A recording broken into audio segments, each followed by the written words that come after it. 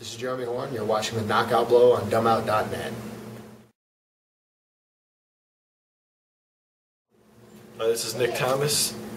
We're watching the Knockout Blow on dumout.net, and our guest today is Jeremy Horn. And he needs no introduction, really. And this guy's a legend in mixed martial arts. I mean, he's been around. He's an old school guy. He's not one of those guys that are afraid to fight. Wants to fight twice a year. This guy gets fights in. He doesn't care where it is, you know.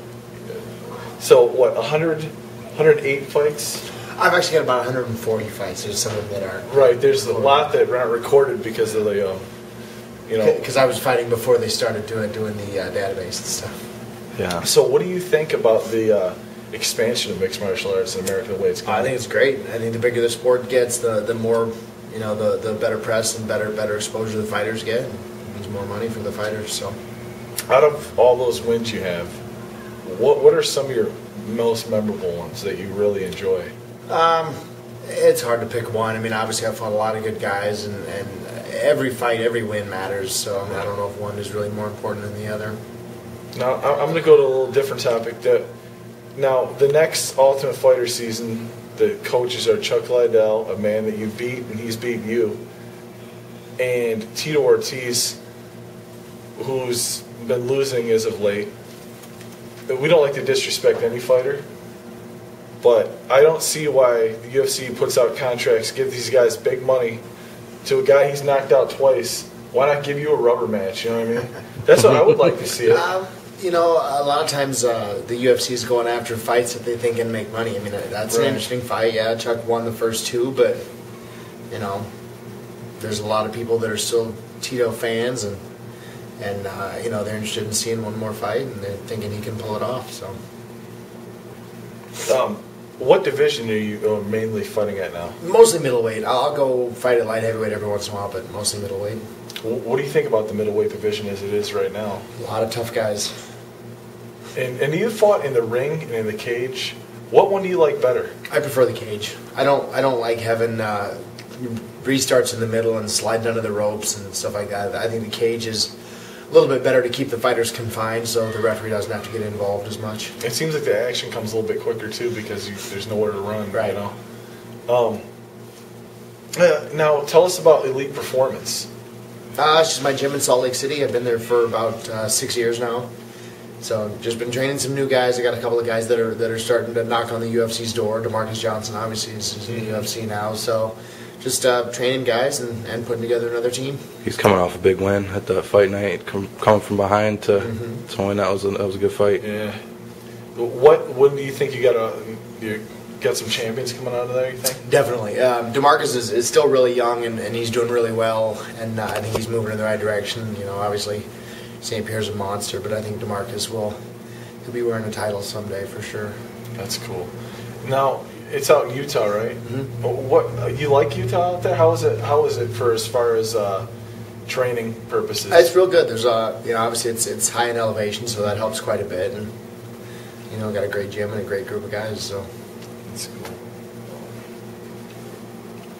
Do you have any dates set yet for any of your upcoming fights? You talking to anybody? I don't. No, I just fought a week ago, and beyond that, I just let my manager handle all that, and he'll call me when a fight's coming up. Probably looking for something the end of February, maybe mid-late March. I would like to see you fight Anderson Silva again, because I thought that was a really entertaining fight. Yeah. Especially the first round, especially. He looked pretty uncomfortable. Yeah. You know, and but no, that was a great fight. I think I think the fans would enjoy to see that instead of the same guys fight the same guys over and over. Sure. You know, because I think people they need. I wish it was a little bit more. The sport was a little bit more universal. Sure. To where, you know, people, you don't have to be worried about a brand. You know. Yeah. But so where do you see yourself in the next year or two? I don't know. I mean, just running the gym back home, training the guys, and still fighting. Mm-hmm. My life doesn't change a whole lot day to day.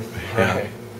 So we're going to see you in Strike Force or anything like that, you think? I leave that up to my manager. Yeah. I will go wherever he points me. Yeah. I think they got a lot of good middleweight matchups in Strike Force. Strike Force starting to collect a lot of good talent. Yeah. Now, you've been fighting for many years. You've been training now. What's more rewarding? Training guys, for sure. I hear that from a lot of guys that fought Yeah. in many sports, and they love it when they can see something they've done. Definitely. I mean, obviously fighting's good, but coaching other guys and watching them go out and win is more rewarding.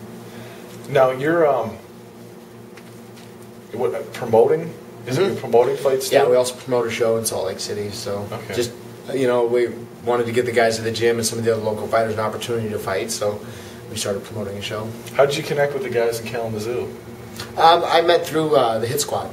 Okay. I've been training with Matt Hughes for a long time, and he had a gym down there.